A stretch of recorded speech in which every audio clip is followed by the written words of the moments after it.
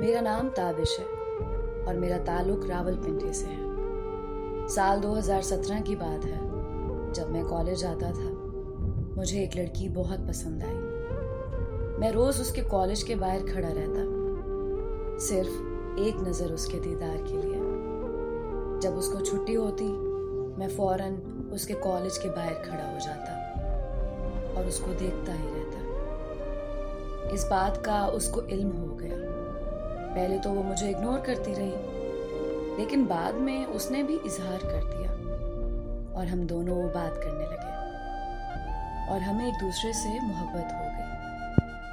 देखते ही देखते हमारी मोहब्बत शिद्दत पकड़ गई। इस सारे अरसे में उसने एक दिन बताया कि उसकी बहन की शादी है और वो शादी की तैयारियों में मसरूफ है और वो मुझसे बहुत कम बात करने लगी।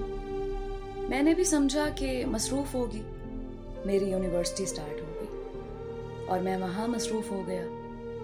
मुझे किसी ने बताया कि उसकी मंगनी हो गई है। ये सुनकर मुझे बहुत परेशानी हुई और मैंने उसे पूछा कि बताओ क्या माजरा है।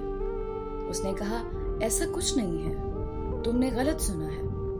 मैंने उसको बहुत वादे और कस्में दी तो उसने आखिरकार बता ही दिया कि हाँ, मेरी मंगनी हो गई है। बस कुछ मजबूरियां थीं, इस वजह से करनी पड़ गई। मैंने उसे पूछा कि फिर हमारी मोहब्बत कहाँ गई। मैंने उसे बहुत वास्ते दिए, उसकी बहुत मिन्नत की, लेकिन वो बोली कि नहीं, अब कुछ नहीं हो सकता। मुझे रोना इस बात पर आ रहा था कि जब उसने शादी नहीं करनी थी और धोखा ही देना था, तो मुझे मोहब्बत का झांसा क्यों दिया।